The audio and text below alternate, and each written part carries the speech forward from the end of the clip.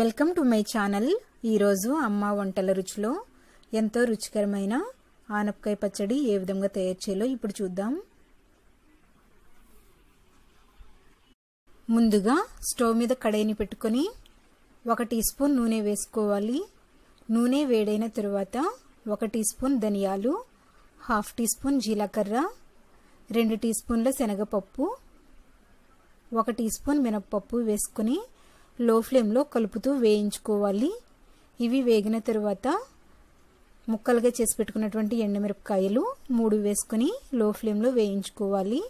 ఇవి వేగిన తరువాత వీటిని ఒక ప్లేట్లోకి తీసుకొని చల్లారనివ్వాలి. ఇవి చల్లారేలోపు అదే కడాయిలో 1 టీ స్పూన్ నూనె వేసుకొని 2 పచ్చిమిరపకాయలను ఇలా తుంచుకొని వేసుకోవాలి. వేసి కలుపుతూ వేయించుకోవాలి. ఇవి వేగిన తరువాత లేత ఆనపకాయను తొక్కుతో పాటుగా ఇలా చిన్న చిన్న ముక్కలుగా కట్ చేసుకున్నవి 1 కప్పు వేసుకొని లో ఫ్లేమ్లో కలుపుతూ 2 మినిట్స్ వేయించుకోవాలి. ఇలా 2 మినిట్స్ వేయించుకున్న తర్వాత మూత పెట్టుకొని లో ఫ్లేమ్లో 5 నిమిషాల పాటు మగ్గించుకోవాలి. 5 నిమిషాలు మగ్గించుకున్న తర్వాత ఇది అంతా ఒకసారి బాగా కలుపుకొని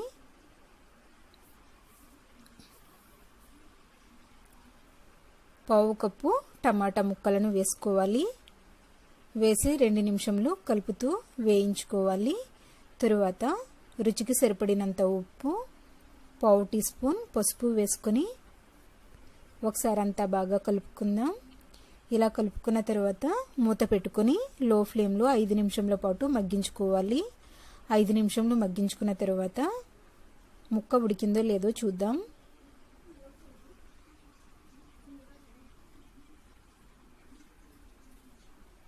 ఇలా ముక్క మెత్తగా ఉడికిన తరువాత స్టవ్ ఆఫ్ చేసుకొని దీనిని బాగా చల్లారనివ్వాలి.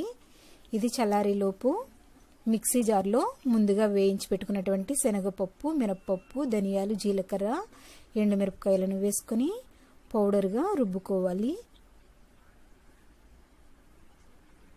ఇలా రుబ్బుకున్న తరువాత తొక్కు వలిసి పెట్టుకున్నటువంటి వెల్లుల్లిపాయ రెబ్బలు 4 వేసుకొని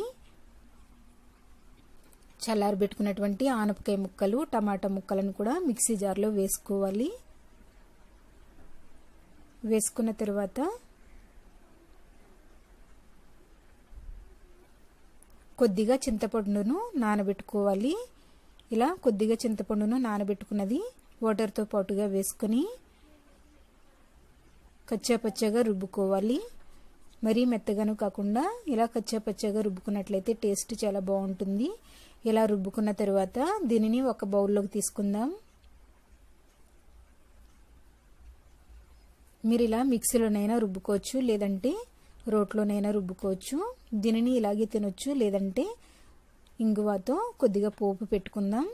స్టవ్ మీద కడాయిని పెట్టుకొని 1 టీ స్పూన్ నూనె వేసుకొని పావు టీ స్పూన్ ఆవాలు, పావు టీ స్పూన్ జీలకర్ర వేసి వేయించుకోవాలి. ఇవి వేగిన తరువాత 1 రెమ్మ కరివేపాకు, చిటికెడు ఇంగువ వేసుకొని వేయించుకోవాలి. ఇవి వేగిన తరువాత స్టవ్ ఆఫ్ చేసుకొని ఈ తాలింపును పచ్చడిలో వేసుకొని కలుపుకుందాం. రుచికరమైన ఆనపకాయ పచ్చడి రెడీ అయ్యింది. దీనిని రైస్తోనూ, రొట్టితోనూ లేదా ఇడ్లీ, దోశలతో తింటే చాలా టేస్టీగా ఉంటుంది. మీరు కూడా మీ ఇంట్లో తయారు చేసుకుని ఫీడ్బ్యాక్ పంపించండి. ఈ వీడియో మీకు నచ్చినట్లయితే లైక్ చేయండి, మీ ఫ్రెండ్స్కి షేర్ చేయండి. మీరు ఇంతవరకు నా ఛానల్ని సబ్స్క్రైబ్ చేసుకున్నట్లయితే సబ్స్క్రైబ్ చేసుకోండి. Thank you for watching.